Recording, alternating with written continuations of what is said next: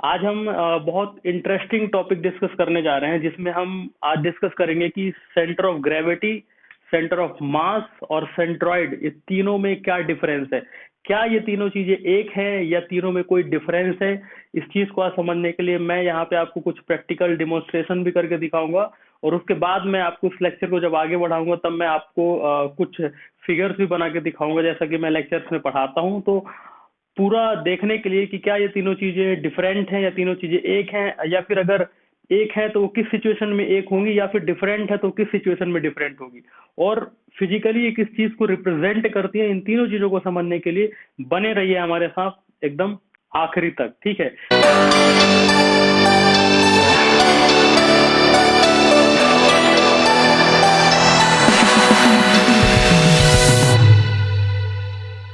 तो सबसे पहला डेमोन्स्ट्रेशन आप देखिए कि सेंटर ऑफ ग्रेविटी और सेंटर ऑफ मास को पहले समझ लेते हैं।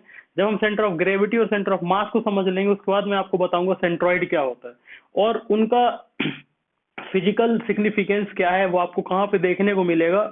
ये चीज भी मैं आपसे बिल्कुल डिस्कस करूंगा, ठीक है। तो बने रहिए हमारे साथ। देखिए, सबसे पहला एक्सपेरिमेंट हम करके दिखाते हैं।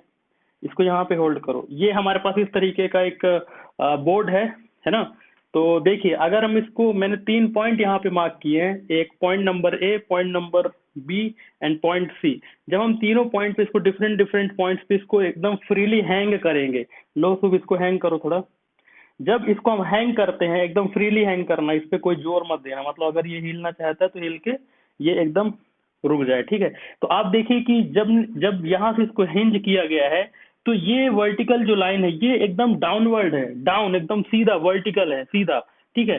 तो यहाँ पे आप एक चीज आपको देखने को मिलेगी ऑब्जर्वेशन से, कि जो सेंटर ऑफ ग्रेविटी होता है और सेंटर ऑफ मास होता है, वो इसी लाइन पे ही लाई करेगा। कहाँ पे करेगा अभी हमें नहीं पता, अभी हमें नहीं पता, लेकिन इसके बाद जब इसको हम किसी दूसरे पॉइंट से हिंज करते हैं, यहां से हम इसको हिंज करते हैं, तो हम देखते हैं कि यहाँ पे आपको फिर एक वर्टिकल लाइन ऐसे देखने को मिलेगी।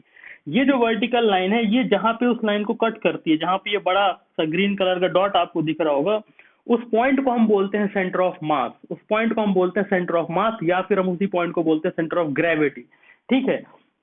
देखिए, थर्ड पॉइंट है, अगर मान लीजिए कि यहां से हम इसको होल्ड कर लें, यहां से हम होल्ड कर लें, तब भी आप देखिए कि ये जो लाइन है, ये जो ग्रीन कलर की लाइन है, ये आपको एकदम वर्टिकली डाउनवर्ड दिखाई देगी।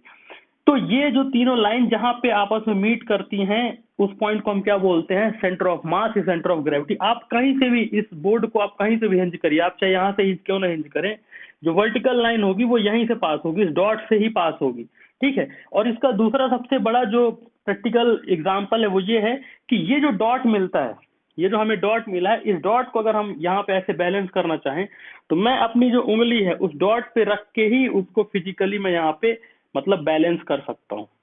पूरी तरीके से तो अभी नहीं हो रहा है, क्योंकि प्रैक्टिस की जरूरत पड़ती है थोड़ा सा, बट ये मतलब यहीं पे करने पे ये पूरा, ये देखिए फिजिकली आप बैलेंस कर सकते हो। लेकिन अगर इस डॉट के अलावा, इस डॉट के अलावा अगर मैं सोचूं कि मैं यहाँ पे रख के फिंगर इसको बैलेंस कर लूं, मैं नहीं कर पाऊंगा। इस डॉट से अगर मैं इधर की तरफ फिंगर रख के इसको बैलेंस करूं तो मैं नहीं कर पाऊंगा। इस डॉट से अगर इधर आप कहीं पे भी, आप थोड़ा सा भी अगर स्लाइटली, अगर ये देखिए कितना जरा सा फर्क है, अगर हम यहाँ पे रख के भी इसको बैलेंस करें ना, तो बहुत मुश्किल होगा आपको इसको बैलेंस करना। तो इस पॉइंट को हम क्या बोलते हैं, सेंटर ऑफ ग्रेविटी, और इसी पॉइंट को हम क्या बोलते हैं, सेंटर ऑफ मास। एक और एक्सप्लेनेशन हम देखते हैं, काफी एक्सप्लेनेशन है जिसमें आपको क्लियर कर समझ में आएगा। ये देखिए, ये एक करछुली है जिसको इसको बैलेंस करना है। देखो, इसको बैलेंस करो, थोड़ा और उधर करो, हल्का सा इस पे टिप पे रख के बैलेंस करो। ये देखिए, ये इसको बैलेंस करने के लिए आप देख सकते हैं कि सेंटर से कितना मूव है ना, क्योंकि मास इस तरफ ज्यादा है। जब मास इस तरफ ज्यादा है तो सेंटर ऑफ मास जो होता है वो सेंटर से मतलब उसी तरफ मूव कर जाता है, और सेंटर ऑफ ग्रेविटी भी उसी तरफ मूव कर जाता है। मतलब कि इसका जो सेंटर ऑफ मास और सेंटर ऑफ ग्रेविटी है वो यहाँ कहीं पे लाई कर रहा है। लेकिन अभी आप देखिए, जैसे ही मान लीजिए मेरे पास एक ये प्याज है, एक प्याज है, एक पीस है प्याज का, अगर मैं इसको यहाँ पे रख दूं तो क्या सुबह इसको बैलेंस कर पाएगा उसी उसी पॉइंट पे। ये देखिए, जैसे ही आप इसको रखोगे ये बैलेंस नहीं कर पाएगा। तो अगर आप इसको रखते हो तो इसको थोड़ा सा आपको फिंगर को चेंज करना पड़ेगा, फिंगर की पोजीशन चेंज करना पड़ेगा। तो अगर आप फिंगर की पोजीशन चेंज कर रहे हो, इसका मतलब है कि जैसे हमने जिस तरफ मास बढ़ाया है, उस तरफ सेंटर ऑफ ग्रेविटी और सेंटर ऑफ मास क्या है, उसी की तरफ शिफ्ट हो गया है, उसी तरफ क्या हुआ है, ये शिफ्ट हो गया है, ठीक है। अब अभी आप और देखिए, जैसे ये हमारे पास एक हाइलाइटर है, इस हाइलाइटर को भी होल्ड करो। इस हाइलाइटर को जब ये होल्ड कर रहा है तो ये यहाँ पे होल्ड कर रहा है, ठीक है। देखिए यहाँ पे होल्ड कर पा रहा है, ये यहाँ पे होल्ड क्यों कर पा रहा है, क्योंकि सेंटर ऑफ ग्रेविटी और सेंटर ऑफ मास यहीं पे लाई कर रहा है। अब देखिए इसको मैं मूव नहीं करता हूँ, मैं इसको होल्ड कर दिया हूँ क्योंकि ये फिंगर वहीं पे होल्ड है। अब मैं क्या करता हूँ, इसका ढक्कन निकाल लेता हूँ। मैंने इसका ढक्कन निकाल लिया, मतलब मैंने मास थोड़ा सा इस तरफ कम कर दिया, तो सेंटर ऑफ ग्रेविटी और सेंट्रॉइड इधर की तरफ शिफ्ट कर जाएगा। तो आप देखिए क्या ये इस पॉइंट पे बैलेंस हो रहा है, नहीं हो रहा है। आप खुद देख सकते हैं कि ये बैलेंस हो रहा है, नहीं हो रहा। तो ये देखिए ये बैलेंस नहीं होगा। क्यों नहीं होगा, क्योंकि जो सेंटर ऑफ ग्रेविटी है वो शिफ्ट हो गया, मतलब सेंटर ऑफ मास क्या है, शिफ्ट हो गया है। तो आप जब इसको थोड़ा सा और इधर की तरफ आप फिंगर को रखेंगे तभी आप इसको बैलेंस कर पाएंगे, इसको बैलेंस करो। हाँ, तभी आप इसको मतलब परफेक्टली बैलेंस कर पाएंगे, अदरवाइज आप इसको बैलेंस नहीं कर पाएंगे। हाँ ये देखिए क्यों, क्योंकि इसका जो सेंटर ऑफ मास और सेंटर ऑफ ग्रेविटी है वो शिफ्ट हो गया। अब अगर आप खुद देखिए इस पॉइंट पे अगर पकड़ के मैं इस पे वापस से ढक्कन लगा देता हूँ तो आप देखिए कि क्या यहाँ पे बैलेंस होता है। तो आपको पता है कि यहाँ पे कभी भी बैलेंस नहीं हो पाएगा। तो जिस तरफ मास ज्यादा होता है उसी तरफ सेंटर ऑफ ग्रेविटी और centre of gravity and centre of मास क्या होता है, शिफ्ट हो जाता है। ये आपको ध्यान रखना। अब हमारे पास ये एक मेरे पास आप देख सकते हैं कि एक हॉलो पाइप है जिसमें मैंने दो तरफ दो बॉल्स इस तरीके से यहाँ पे मैंने कनेक्ट किया है। तो आप देखेंगे कि जब आप इसको होल्ड करेंगे तो इसका जो सेंटर होगा वहीं पे आप इसको परफेक्टली, अगर मैं इसको वन फिंगर से नहीं टू फिंगर से करूं क्योंकि इसकी लेंथ ज्यादा है, ठीक है। तो आप इस तरीके से इसको बैलेंस कर सकते हैं, आप इस तरीके से इसको क्या कर सकते हैं, बैलेंस कर सकते हैं। क्यों बैलेंस कर सकते हैं, क्योंकि इसका सेंट्रॉइड और सेंटर ऑफ मास जो है वो इसी पॉइंट पे लाई कर रहा है। लेकिन अब यहाँ पे एक चीज आप और समझने की कोशिश करिए कि ये जो बॉल है, ये बॉल एक स्फेरिकल बॉल है, ये एक सिलेंड्रिकल रॉड है और ये एक स्फेरिकल बॉल है। तो इसका जो ज्योमेट्रिक सेंटर होगा, मतलब कि स्फेरिकल और ये जो सिलेंडर और ये जो स्फेरिकल बॉल है, अगर इन सब का अगर आप इस तरीके से अगर आप इसको बैलेंस करेंगे तो इसका जो ज्योमेट्रिक सेंटर आएगा वो भी यहीं पे लाई करेगा। मतलब जो सेंट्रॉइड होगा इस ज्योमेट्री का, मैं ज्योमेट्री की बात कर रहा हूँ, सेंट्रॉइड में ग्रेविटी का कोई लेना देना नहीं है, सेंट्रॉइड में मटेरियल जो रो है उसका कोई लेना देना नहीं है, ठीक है। सिर्फ ज्योमेट्री की बात करेंगे तो अगर ये स्फेयर है, ये सिलेंडर है, ये स्फेयर है, तो सेंट्रॉइड भी यहीं पे लाई करेगा, सेंट्रॉइड भी यहीं पे लाई करेगा, सेंट्रॉइड भी यहीं पे लाई करेगा। ये बात आपको याद रखना है। अब सेंट्रॉइड अगर यहीं पे लाई करता है तो सेंट्रॉइड, सेंटर ऑफ मास और सेंटर ऑफ ग्रेविटी, इस केस में तीनों का तीनों जो है एक ही पॉइंट पे लाई करेंगे, तीनों के तीनों एक ही पॉइंट पे लाई करेंगे। तो फिर सेंट्रॉइड, सेंटर ऑफ मास और सेंटर ऑफ ग्रेविटी में क्या फर्क है, यही वो प्रैक्टिकल एग्जांपल है जिससे आपको क्लियर कर समझ में आएगा कि क्या फर्क है। अब मान लीजिए कि ये हमारे पास बॉल है, ठीक है, ये हमारे पास बॉल है, इसकी जगह हम एक दूसरी बॉल को लेते हैं, फिर आप देखेंगे कि क्या फर्क है। तो अभी आप देखिए ये जो बॉल थी, इस बॉल को हमने इस बॉल से चेंज कर दिया। ये प्लास्टिक का बॉल है और ये थोड़ा सा प्लास्टिक का नहीं है, काफी सिंथेटिक, नहीं ये रबड़ का ही है, ड्यूज नहीं। तो रबड़ है लेकिन इससे इसका वजन है ज्यादा है, बट साइज अगर आप देखेंगे तो साइज दोनों का सेम है।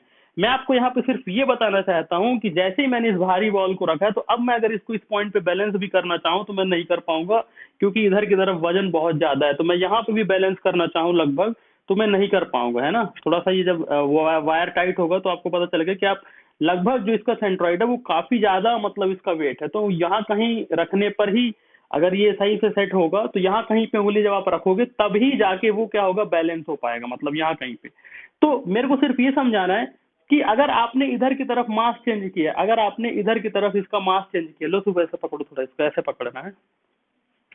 अब आप समझिए, इसको ही पकड़ो है, सामने आओ ना। हाँ, अब आप बहुत अच्छे से समझिए कि अगर इधर की तरफ मैंने इसका मास बढ़ाया है और इस मास को मैंने इससे रिप्लेस किया, तो हुआ क्या है बेसिकली कि जो सेंट्रॉइड यहाँ पे था, सेंटर ऑफ मास यहाँ पे सेंटर पे था और सेंटर ऑफ ग्रेविटी भी सेंटर पे था। तो सेंटर ऑफ मास और सेंटर ऑफ ग्रेविटी चेंज होकर कहाँ पहुंच गई है, यहाँ पे पहुंच गई। लेकिन अब यही इंपॉर्टेंट डिफरेंस है जो आपको समझ में आ जाएगा कि इस ज्योमेट्री का जो ज्योमेट्रिक सेंटर है वो अभी चेंज नहीं हुआ है। मतलब सेंट्रॉइड जो है वो अभी भी यहीं पे लाई करेगा, जबकि सेंटर ऑफ ग्रेविटी और सेंटर ऑफ मास इस बॉडी का क्या हो चुका है, चेंज हो चुका है, उसकी पोजीशन चेंज हो चुकी है, इस तरफ चेंज हो गई। लेकिन सेंट्रॉइड अभी भी यहाँ पे है कि सेंट्रॉइड जो है geometric centre of the body होता है, ज्योमेट्रिक सेंटर, क्योंकि अभी भी ये स्फीयर है, अभी भी ये स्फीयर है, और ये कैसा है, सिलेंड्रिकल। तो सेंट्रॉइड को इससे मतलब नहीं है कि आपका मास इधर ज्यादा है या उधर ज्यादा है, सेंट्रॉइड को बस इससे मतलब है कि आपका ज्योमेट्री का जो ज्योमेट्रिक सेंटर है वो कहाँ पे है।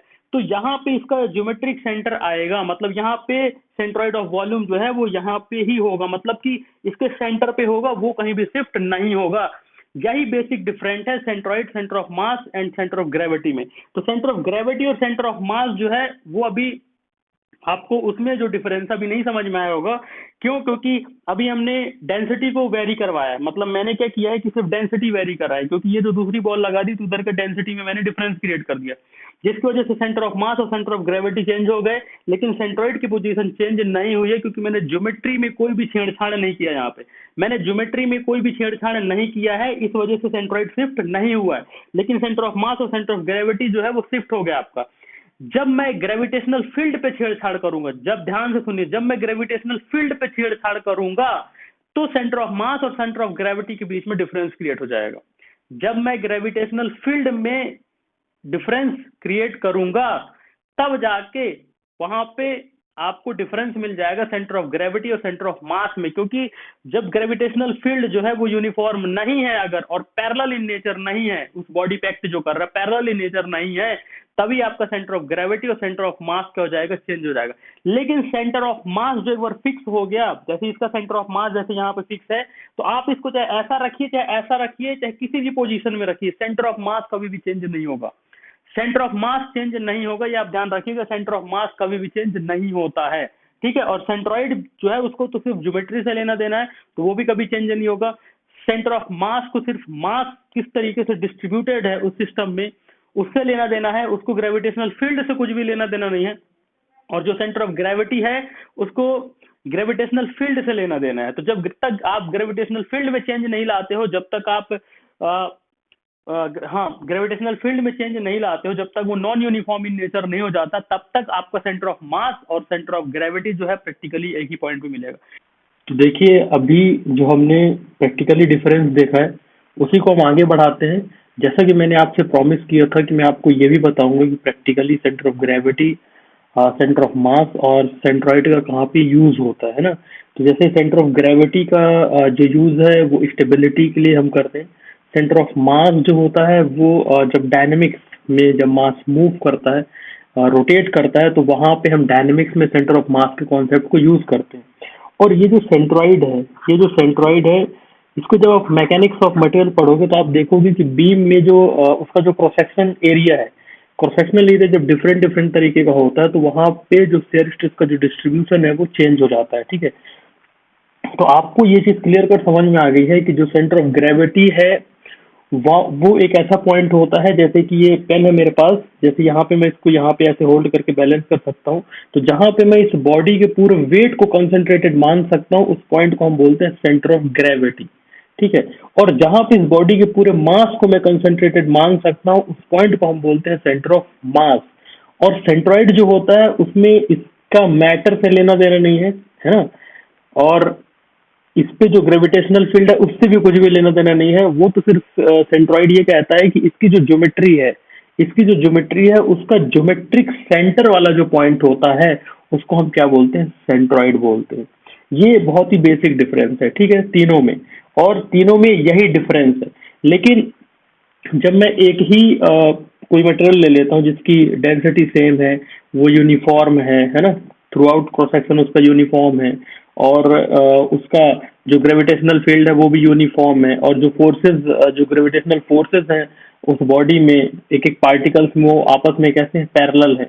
जब इस तरीके की सिचुएशन होती है तो सेंटर ऑफ ग्रेविटी, सेंट्रॉइड और सेंटर ऑफ मास तीनों जो पॉइंट होता है वो एक ही पॉइंट पे लाई करता है, ठीक है। तो ये अजम्पशंस के ऊपर ये चीज डिपेंड करती है कि हमने अजम्पशंस लिया है, इस वजह से तीनों चीजें एक हो जाती है। इसी को हम थोड़ा सा यहाँ पे लेक्चर्स में भी थोड़ा सा इनके बारे में देख लेते हैं और चीज़ों को समझ लेते हैं। तो आपको जो भी थोड़ा सा डाउट अगर प्रैक्टिकली चीज़ों को देखने में रह गया होगा, मैं डैम श्योर बोल रहा हूँ कोई यहाँ पे आपका क्लियर हो जाएगा। तो आप इस लेक्चर को पूरा जरूर देखें। मैंने स्टार्टिंग में भी बोला है कि आप लेक्चर को पूरा देखें। आज के बाद आपको जीवन में कभी भी सेंट्रॉइड, सेंटर ऑफ ग्रेविटी और सेंटर ऑफ मास को लेकर कभी कोई कंफ्यूजन पैदा नहीं होगा, ये मैं आपसे प्रॉमिस करता हूँ। ठीक है, तो देखिए जैसा कि ये एक एग्जाम्पल है, ठीक है, एक इस एग्जाम्पल में ये एक बॉडी है, इस बॉडी पे तीन यहाँ पे मार्क किए गए हैं, 3 पॉइंट मार्क किए गए हैं, ए बी एंड सी। ठीक है, और इसको हमने एक कॉर्ड से यहाँ पे क्या किया हुआ है, इस तरीके से हैंग कर दिया है। कॉर्ड से हमने क्या किया है, हैंग कर दिया। तो आप देखेंगे कि इस कॉर्ड से जो लाइन पास हो रही है, जब ये फ्रीली अपने पोजीशन पे रुक जाएगी ये बॉडी, तो उसका जो वेट है वो किधर की तरफ लगेगा, नीचे की तरफ। तो ये कॉर्ड जो है उसके जस्ट मतलब डाउनवर्ड आएगा, और यही मैंने बताया था कि डाउनवर्ड लाइन हमको मिलती है। ठीक है, इसका वेट का डायरेक्शन भी हमें किधर मिलेगा, डाउनवर्ड मिलेगा। ठीक है, अब देखिए इस ए पॉइंट की जगह अगर मान लीजिए इस बी पॉइंट पर हम इसको हिंज कर देते हैं इसी कॉर्ड से बी पॉइंट पे, तब भी ये जो वेट है वो हमको कहाँ मिलेगा, डाउनवर्ड मिलेगा। तो इस पहले वाले जो फिगर है इससे हमको ये समझ में आता है कि इस लाइन पे ही कहीं पे सेंटर ऑफ ग्रेविटी और सेंटर ऑफ मास लाई करेगा, बट कहाँ पे करेगा वो अभी हमें नहीं पता। ठीक है, जैसा मैंने पीछे भी बताया था। अब यहाँ से देखिए ये जो दूसरी लाइन है, ये जो वर्टिकल लाइन है, जब ये वर्टिकल लाइन इस तरीके से आ रही है नीचे से, क्योंकि ये जो लाइन है, ये लाइन कहाँ पे बनी हुई है, ये बनी हुई है, और ये जो बी जी डब्ल्यू वाला जो लाइन है ये नया लाइन है ना। तो ये जो लाइन है और ये जो लाइन है ये आपस में जहाँ पे मीट करते हैं उस पॉइंट को हम क्या बोलते हैं, सेंटर ऑफ मास और सेंटर ऑफ ग्रेविटी।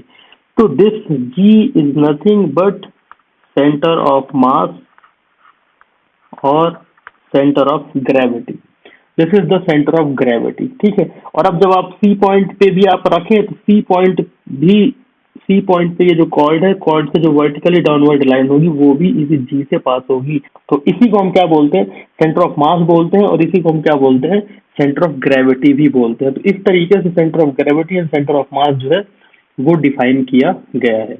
लेकिन आप एक चीज को ध्यान रखें, कभी आपको आगे जाके डिफरेंस समझ में आएगा। तो सबसे पहले हम देखिए सेंटर ऑफ मास और सेंटर ऑफ ग्रेविटी की बात कर लेते हैं। ठीक है, मतलब कि मैं कहता हूँ पहले centre of mass, centre of gravity. पहले आप इसको समझ लीजिए। तो मान लीजिए आपके पास ये बॉडी है, ठीक है, और ये जो लेंथ है ये है आपका एल, और ये जो है आपका कितना है, विड्थ है, मान लीजिए ये आपका क्या है, विड्थ है, ये विड्थ कितना है, डब्ल्यू है।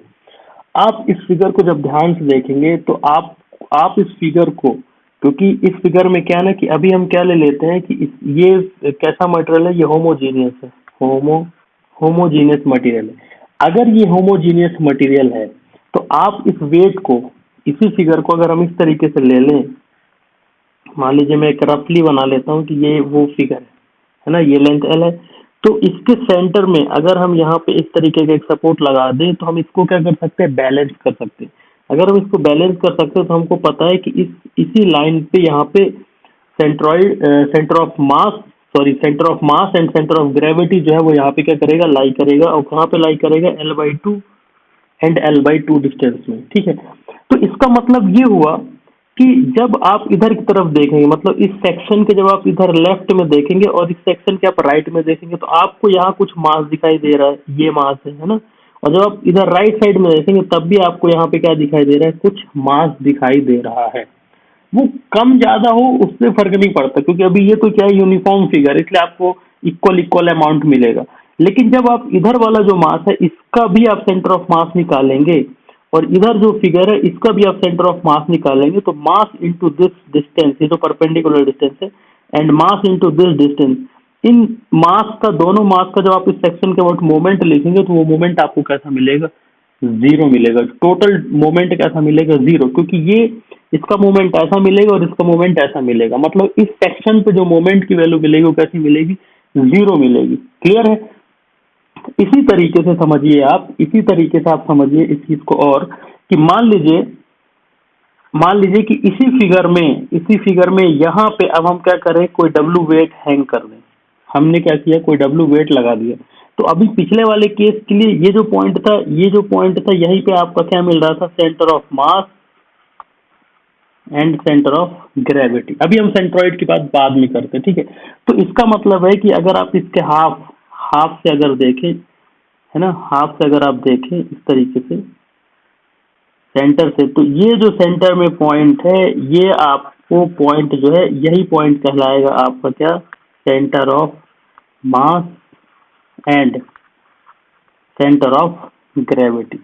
यही पॉइंट आपका कहलाएगा centre of mass and centre of gravity. ये वही यहीं पे लाई कर रहा है, मतलब एग्जैक्टली यहाँ पे हमने हाइट को भी ले ले तो हाइट के भी सेंटर पे आएगा, ठीक है। तो इस केस में आप एक ऑब्जर्वेशन और देख सकते हैं कि अगर ये जो फिगर है, इस फिगर को हम इस प्लेन से काट दें, मतलब हॉरिजॉन्टल प्लेन से काट दें, और एक ऐसा वर्टिकल प्लेन से काट दें, और एक ऐसा वाला वर्टिकल प्लेन से काट दें, है ना, तो वो तीनों प्लेन जो है आपस में जहाँ पे मीट करते हैं एक पॉइंट मिलेगा, और उस पॉइंट को हम क्या बोलेंगे, यहाँ पे सेंट्रॉइड बोलेंगे, या फिर उस पॉइंट को हम क्या बोल सकते हैं, सेंटर ऑफ ग्रेविटी बोल सकते हैं। तो एक चीज आपको याद रखना है कि सेंटर ऑफ ग्रेविटी सेंटर और जो आपका सेंटर ऑफ मास है, ये एक्सिस ऑफ सिमेट्री पे लाई करते हैं। सेंट्रॉइड भी एक्सिस ऑफ सिमेट्री पे लाई करता है, मतलब ऐसा जरूरी नहीं है, लेकिन अगर सिमेट्री एग्जिस्ट करती है, अगर सिमेट्री एग्जिस्ट करती है, तो आप सिंपल एक्सिस ऑफ सिमेट्री से ही आप पकड़ लेंगे कि यहीं पे सेंटर ऑफ ग्रेविटी होगा, या यहीं पे सेंट्रॉइड होगा, या यहीं पे सेंटर ऑफ मास होगा। क्लियर है चीज। तो अब देखिए कि अब आगे बढ़ते हैं, और मान लीजिए कि इसी बॉडी पे हमने यहाँ पे डब्लू जो वेट है वो हैंग कर दिया। जब आपने डब्लू वेट हैंग कर दिया, तो आपको पता है कि अब आपको अगर बैलेंस करना है, आप मान लीजिए कि आपने यहाँ पे एक डब्लू वेट हैंग कर दिया यहाँ पे, तो अब आपको इसको बैलेंस करना, तो आप इसको सेंटर में यहाँ पे कोई ऐसा सपोर्ट लगा के आप बैलेंस नहीं कर सकते, मतलब ऐसा नहीं कर सकते, आपको इसको शिफ्ट करना पड़ेगा। तो मान लीजिए कि आपने इसको इधर शिफ्ट कर दिया, आपने इसको इधर शिफ्ट किया। जब आपने इसको इधर शिफ्ट किया, तब आपने देखा कि आप अब इसको आप मतलब हॉरिजॉन्टल पोजीशन में आप इसको बैलेंस कर पा रहे हो, आप हॉरिजॉन्टल पोजीशन में इसको बैलेंस कर पा रहे हो। इसका मतलब ये हुआ कि जो सेंटर ऑफ मास एंड जो सेंटर ऑफ ग्रेविटी है, वो क्या हुआ, यहाँ से शिफ्ट होके कहाँ चला गया, यहाँ पे चला गया। मतलब आपका सेंटर ऑफ मास एंड जो सेंटर ऑफ ग्रेविटी है, वो आपका क्या हो गया है, शिफ्ट हो गया है, वो आपका क्या हो गया, शिफ्ट हो गया। लेकिन centre of mass and centre of gravity आपको कैसा मिल रहा है, एक ही जैसा मिल रहा है। Centre of mass and centre of gravity आपको एक ही जैसा मिल रहा है, आप इस चीज को ध्यान रखिए, एक ही जैसा मिल रहा है।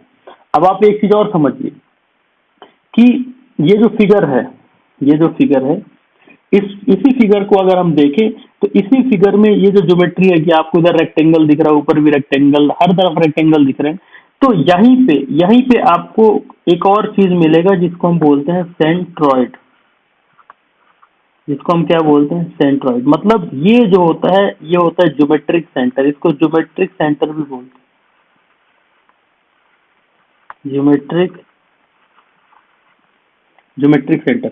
बट इस ज्योमेट्रिक सेंटर का इसके मटेरियल से कोई लेना देना नहीं है, इस ज्योमेट्रिक सेंटर का ग्रेविटेशनल फील्ड से कोई लेना देना नहीं है। मैं आपको बता रहा हूँ, सेंट्रॉइड को सिर्फ और सिर्फ ज्योमेट्री से लेना देना है। और सेंट्रॉइड तीन चीजों के लिए डिफाइन किया जा सकता है, centroid of line, centroid of area and centroid of volume. तो यहाँ पे ये जो पॉइंट है, ये कहलाएगा आपका सेंट्रॉइड ऑफ वॉल्यूम। तो जो सेंट्रॉइड है वो तीन चीजों के लिए डिफाइन किया गया है, देखिए। और इस वजह से हम इसको क्या बोलते हैं, centroid of line, centroid of area, centroid of volume, इसको हम क्या बोलते हैं, वॉल्यूम। अब आप इसी फिगर को देखें थोड़ा, ये जो फिगर है, हाँ, इस फिगर को ही, इसी फिगर से आपको समझ में आ जाएगा, क्लियर कट डिफरेंस समझ में आ जाएगा। मान लीजिए कि यही वो फिगर है, और इस फिगर पे अभी मैंने क्या किया है ना, कि ये जो फिगर है, यहाँ पे हमारा क्या लाई कर रहा है, सेंट्रॉइड। क्योंकि जिस तरीके की ज्योमेट्री है, इसी तरीके का ये जो फिगर है वही फिगर है, यहाँ पे हमने लिया है। तो हमको पता है कि जो सेंट्रॉइड, सेंट्रॉइड को मैं कैपिटल सी से डिनोट कर देता हूँ। तो यहाँ पे जो हमारा सेंट्रॉइड है वो यहीं पे लाई करेगा, ठीक है। लेकिन अब देखिए, मान लीजिए कि इस मटेरियल में x इक्वल्स टू 0 पे जो डेंसिटी है वो कैसी है, रो नॉट, और x इक्वल टू एल पे अब इसकी जो डेंसिटी है वो कितनी है, 3 रो नॉट। मतलब कि अब क्या हुआ कि इधर इधर की तरफ ये मटेरियल लेस डेंसिटी है, लेस डेंस है, और इधर की तरफ मटेरियल हाईएस्ट डेंस है। मतलब अब आपने क्या किया, इसका डेंसिटी वेरी कर दिया। जब आपने इसका डेंसिटी वेरी कर दिया, तो इसका मतलब है कि इसका जो सेंट्रॉइड सॉरी इसका जो सेंटर ऑफ मास और सेंटर ऑफ ग्रेविटी वाला जो पॉइंट होगा, centre of mass and centre of gravity वाला जो पॉइंट होगा, वो इधर राइट साइड में शिफ्ट हो जाएगा, वो इधर राइट साइड में शिफ्ट जाएगा। तो आपको ये जो पॉइंट मिलेगा, ये कैसा पॉइंट मिलेगा? Centre of mass and centre of gravity. और ये जो पॉइंट है ये आपका क्या है? सेंट्रॉइड। तो अभी भी आप देख लीजिए कि डेंसिटी में डिफरेंस क्रिएट करने के बाद भी, डेंसिटी में डिफरेंस क्रिएट करने के बाद भी सेंटर ऑफ मास और सेंटर ऑफ ग्रेविटी में कोई चेंज नहीं आया है। लेकिन सेंट्रॉइड जो है वो अपना वहीं पे पोजीशन रहेगा, क्योंकि सेंट्रॉइड को इस डेंसिटी से कोई लेना देना नहीं।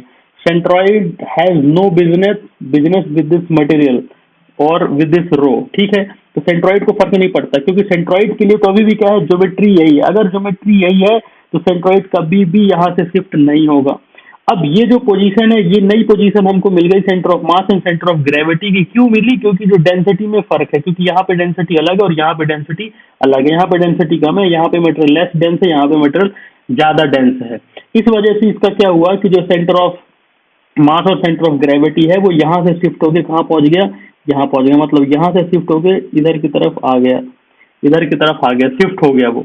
लेकिन अभी भी आप देखिए कि ये चीज हमें इस वजह से मिली है, ये चीज हमें इस वजह से मिली है क्योंकि gravitational field gravitational field is uniform and parallel. Gravitational field is uniform and parallel.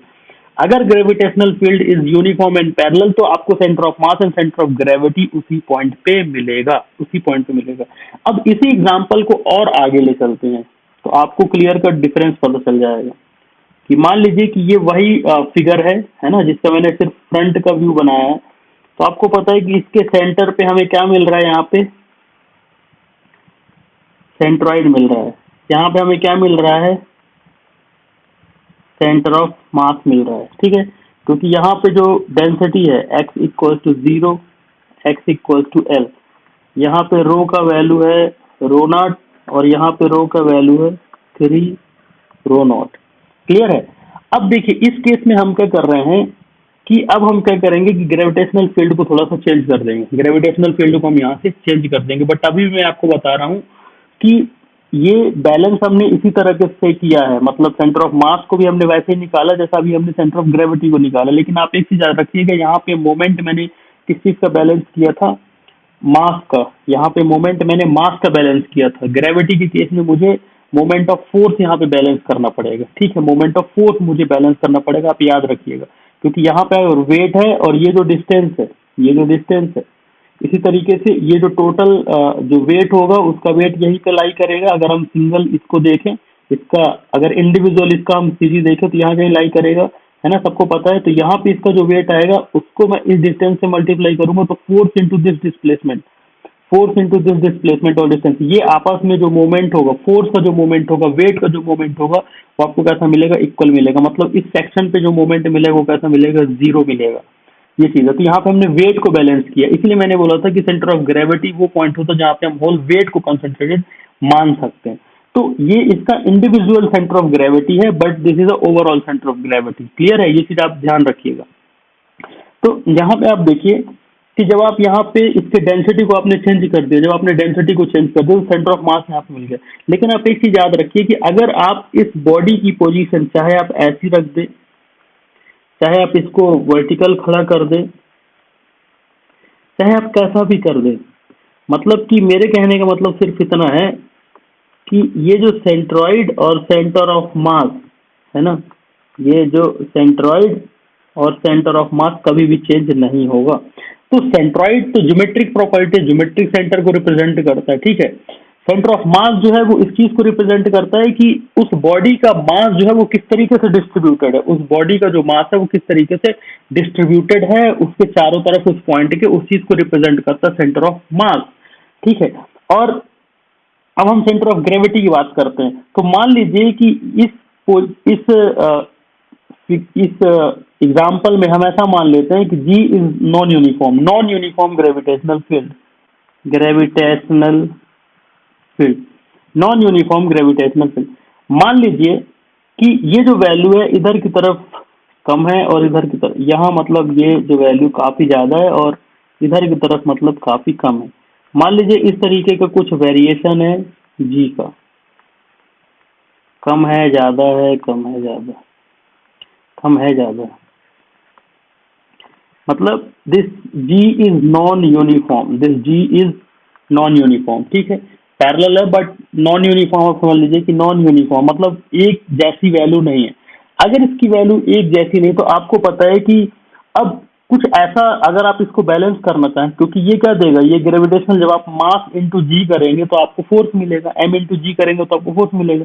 तो जब आप इसको बैलेंस करेंगे तो आप, हो सकता है कि यहाँ कहीं पे आपको पॉइंट मिले जहाँ पे आप इसको क्या कर पाओ, बैलेंस कर पाओ।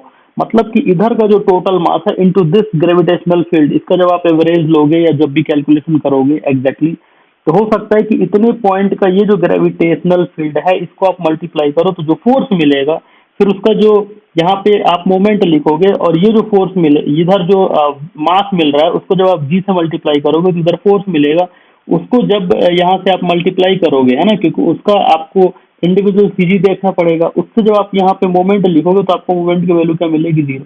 तो हो सकता है कि जब इस तरीके का ग्रेविटेशनल फील्ड में चेंज करने के बाद आपको ये पॉइंट मिले जहाँ पे आप इस वेट को क्या कर सकते हो, बैलेंस कर सकते हो, मतलब वो यहाँ पे रखने पे आप क्या करोगे, इसको होल्ड कर पाओगे। तो इसका मतलब ये होगा कि इस केस में जो सीजी होगा वो आपका क्या हो जाएगा बेटा, चेंज हो जाएगा, सीजी आपका क्या हो जाएगा, चेंज हो जाएगा। तो आप देखिए कि जब आपने डेंसिटी चेंज कर दी तो सेंटर ऑफ मास चेंज हो गया। सेंट्रॉइड जो है वो ज्योमेट्री चेंज करने के बाद ही चेंज होगा, अदरवाइज सेंट्रॉइड कभी चेंज नहीं होगा। सेंटर ऑफ मास जो है अगर आपने डेंसिटी में चेंज कर दिया है तो वो चेंज हो जाएगा, और अगर सेंटर ऑफ ग्रेविटी जो है, अगर आपने ग्रेविटेशनल फील्ड में कोई चेंजेस क्रिएट कर दिए हैं तो उसकी वजह से क्या हो जाएगा, सेंटर ऑफ ग्रेविटी में चेंज हो जाएगा। तो इसी वजह से मैंने बोला कि ये जो पहला वाला केस है होमोजेनियस मेटेरियल, मतलब रो जो है यहाँ पे, रो कैसा है आपका, कांस्टेंट, कांस्टेंट मतलब जो रो है, रो की वैल्यू कैसी है, कांस्टेंट है। यहाँ पे ग्रेविटेशनल फील्ड आपका कैसा है, uniform, uniform and parallel in nature है, और यहाँ पे जो ज्योमेट्रिक सेंटर है वो भी आपका इस तरीके से मिल रहा है, आपने देखा। तो यहाँ पे आप देखिए इस केस में जब ऐसा केस हो जाएगा, जब हम डेंसिटी सेम कर दे रहे हैं और ग्रेविटेशनल फील्ड को सेम कर दे रहे हैं, उस केस में centroid, centre of mass and centre of gravity जो है आपको वो कैसा मिल रहा है, एक ही पॉइंट पे मिलेगा। तो ये डिफरेंस है centroid, centre of gravity and centre of मास में। अगर आपने इस चीज को समझ लिया है तो आपको कभी भी कंफ्यूजन नहीं होगा इन तीनों पॉइंट को लेकर, क्योंकि ये तीनों पॉइंट देखने में तो बहुत आसान लगते हैं लेकिन है बहुत टफ। मैं पूरी इंजीनियरिंग पढ़ के निकल गया लेकिन मुझे समझ आया किसी ने भी नहीं, और कभी समझ में भी नहीं आया कि बेसिक डिफरेंस क्या है। मैंने मैकेनिक्स बहुत पढ़ी है, इंजीनियरिंग मैकेनिक्स, लेकिन समझ में नहीं आया। तो इस वजह से मैंने सोचा कि मैं एक ऐसा वीडियो बनाऊं जिसमें आपका ये जो डाउट है वो डाउट किसी भी तरीके का कोई डाउट न रह जाए, और आपका पूरा डाउट जो है सेंट्रॉइड, सेंटर ऑफ ग्रेविटी और सेंटर ऑफ मास को लेकर क्लियर हो जाए। क्योंकि मुझे तो लगता है कि अगर इंजीनियर से, जो इंडिया में जिस तरीके की सिचुएशन चल रही है, अगर इंजीनियर से इंटरव्यू में यही पूछ लिया जाए कि तुम सेंट्रॉइड, सेंटर ऑफ ग्रेविटी और सेंटर ऑफ मास को डिफाइन कर दो, तो मुझे लगता है कि उसी में आधे से ज्यादा लोग, आधे क्या मतलब ज्यादातर लोगों को यही नहीं समझ में आएगा कि सेंट्रॉइड, सेंटर ऑफ मास और सेंटर ऑफ ग्रेविटी में क्या डिफरेंस है। ठीक है, तो ये जो यूनिफॉर्म ग्रेविटी हो हम लेते हैं, ये लेते हैं हम अर्थ सरफेस के पास, जब बॉडी अर्थ सरफेस के बहुत पास होती है और अर्थ के कंपैरिजन में बहुत छोटी होती है, तो वहां पे हम उसको कैसा ले लेते हैं, uniform and parallel in nature ले लेते हैं। तो this is the basic difference. मैंने आपको प्रैक्टिकली भी चीजें बता दी और मैंने आपको यहाँ से थोड़ा बहुत एग्जाम्पल के थ्रू भी चीज़ों को एक्सप्लेन करके बता दिया। तो आप इस चीज़ को याद रखिए, ये बहुत इम्पॉर्टेंट चीज़ है जो हमको नहीं समझ में आती है। ठीक है, तो मुझे नहीं लगता है कि अब आपको किसी तरीके का कोई डाउट होगा centroid, centre of gravity and centre of मास को लेके। ठीक है, तो आप याद रखिएगा कि सेंट्रॉइड को डेंसिटी और ग्रेविटेशनल फील्ड से कोई लेना देना नहीं है, सेंटर ऑफ मास को ग्रेविटेशनल फील्ड से कोई लेना देना नहीं है। और जो आपका क्या बोलते हैं सेंटर ऑफ ग्रेविटी है उसको लेना देना है। जो सेंटर ऑफ ग्रेविटी इसके बहुत जबरदस्त एप्लीकेशन है ना, तो आप देख लीजिएगा, इस पे कई सारे वीडियो है, बट जो बेसिक डिफरेंस है वो मैंने आपको यहाँ पे क्लियर कर दिया है। अब मुझे नहीं लगता है कि आपको किसी भी तरीके का कोई डाउट रहेगा। तो थैंक यू।